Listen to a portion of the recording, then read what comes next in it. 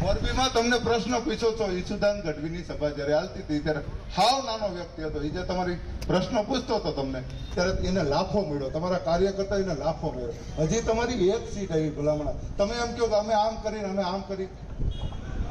બીજું કઈ કહેવા જેવું કહી દો. તમારું નામ ને ગામ ને બધાને ખબર પડે કોણે પૂછ્યું.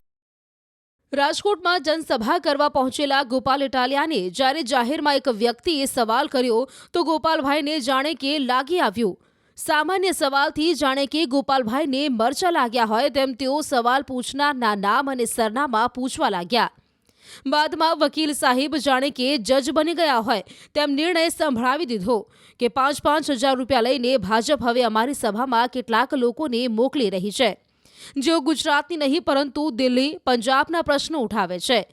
સવાલ કરનાર વ્યક્તિ કોઈ પાર્ટી સાથે સંકળાયેલા છે કે નહીં તે અંગે કોઈ પુષ્ટિ થઈ નથી, પરંતુ સવાલ એ છે કે વ્યક્તિ કોઈ પણ હોય શું એ સવાલ ન કરી શકે?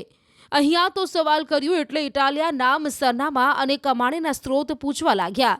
અને સવાલ પણ એ જ હતો કે એક સીટ જીત્યા બાદ લાફાવાળી શરૂ થઈ છે, તો એમાં તમે જે બદલાવ લાવવાની વાત કરો છો એ કઈ રીતે થશે? જો સવાલ કરનારની વાત ખોટી હોય તો તેને નકારી કાઢીને સંયમથી જવાબ આપી શકાય એમ હતો, પરંતુ અહીંયા તો સવાલ કરનારને ઉતારી પાડી અપમાનિત કરવાનો પ્રયાસ થતો હોય તેવું લાગી રહ્યું છે. કદાચ એવા ઈરાદાથી કે અપમાનના ડરથી કોઈ બીજી વખત સવાલ કરવાની હિંમત કરતા પણ 100 વખત વિચારે.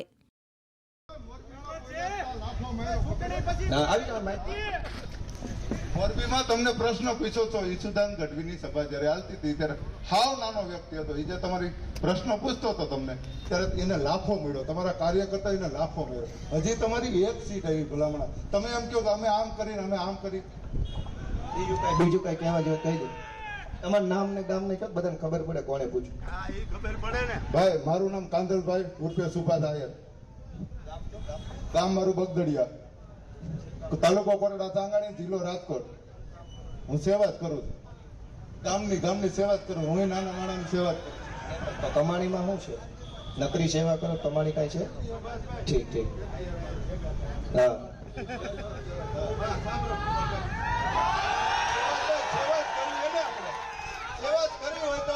આપણે બે ભાઈ કાલથી રાજકોટ થી કુવાડવા હાઈવે લગી બે જાય. જો સુભાષભાઈ, હું આવ્યો છું, તમે આવ્યો. સાંભળો ભાઈ, 2 મિનિટ સાંભળો. ગોપાલ ઇટાલિયાની આ સભા રાજકોટમાં પાટીદારોના ગઢમાં હતી, જ્યાં તેમણે ભાજપ પર આક્રમક પ્રહાર કર્યા. સાથે જ આગામી સમયમાં યોજાનાર રાજકોટ મહાનગરપાલિકાની ચૂંટણીમાં દમખમ સાથે લડવાના ઈરાદા સ્પષ્ટ કર્યા. ઇટાલિયાએ દાવો કર્યો કે રાજકોટની જનતા વિસાવદરની માફક પરિવર્તન ઈચ્છી રહી છે. જો કે આ સભામાં તેમના ભાષણ દરમિયાન સુભાષ આહિર નામના વ્યક્તિએ મોરબીની સભામાં થયેલી ઘટનાને લઈને સવાલ કર્યો, કારણ કે મોરબીમાં ઈસુદાન ગઢવીની જાહેર સભામાં એક વ્યક્તિએ સવાલ કર્યો ત્યારે આમ આદમી પાર્ટીના જ કથિત કાર્યકરે તેને લાફો ઝીંકી દીધો હતો. આ ઘટનાને લઈને આમ આદમી પાર્ટીની માનસિકતાની ચારે તરફ ટીકાઓ થઈ હતી, પરંતુ મોરબીની જેમ અહીંયા પણ આમ આદમી પાર્ટીએ સુભાષ આહિર ભાજપ પ્રેરિત હોવાનો દાવો કરી દીધો. હવે ભાજપે એક આ નવી ટેકનિક ચાલુ કરી છે. ગમે એને 5,000 રૂપિયા આપી અને અમારી સભામાં મોકલે છે, અને અમારી સભામાં આવી અને દિલ્હી અને પંજાબના પ્રશ્ન પૂછે છે. હવે એટલી બધી દીર્ઘદ્રષ્ટિ તો 5,000 રૂપિયાના કારણે એમનામાં હોઈ શકે. હું રાજકોટના ખાડા નથી દેખાતા, દિલ્હીમાં ખાડા છે, પંજાબમાં ખાડા છે, હરિયાણામાં ખાડા છે. રહેવું રાજકોટમાં ને બળતરા પંજાબની ક્યાં કરવી મારા વાલા?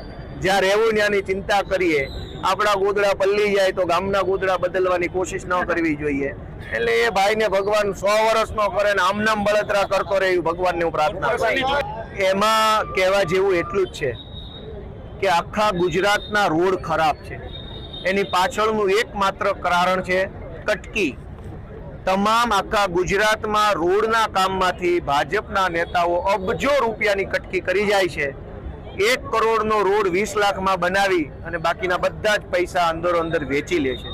આ ભ્રષ્ટાચારને રોકવા માટે, સારા રોડ બનાવવા માટે જનતાએ હવે હાવણાવાળી કરવી પડે એમ છે. મોખરે હોય છે.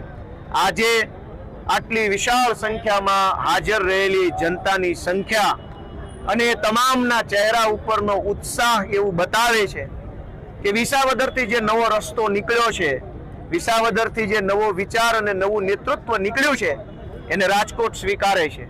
રાજકોટ એ નવા નેતૃત્વની રાહ જોઈ રહ્યું છે. અને બીજા શબ્દોમાં કહીએ તો આજે આવેલી જનસંખ્યાએ એવું સ્પષ્ટ રીતે સંકેત આપ્યો છે કે રાજકોટ મહાનગરપાલિકાની ચૂંટણીમાં ભૂંડી રીતે વિસાવદર વાળી થવાની છે અને ભાજપની ખો નીકળી જવાની છે.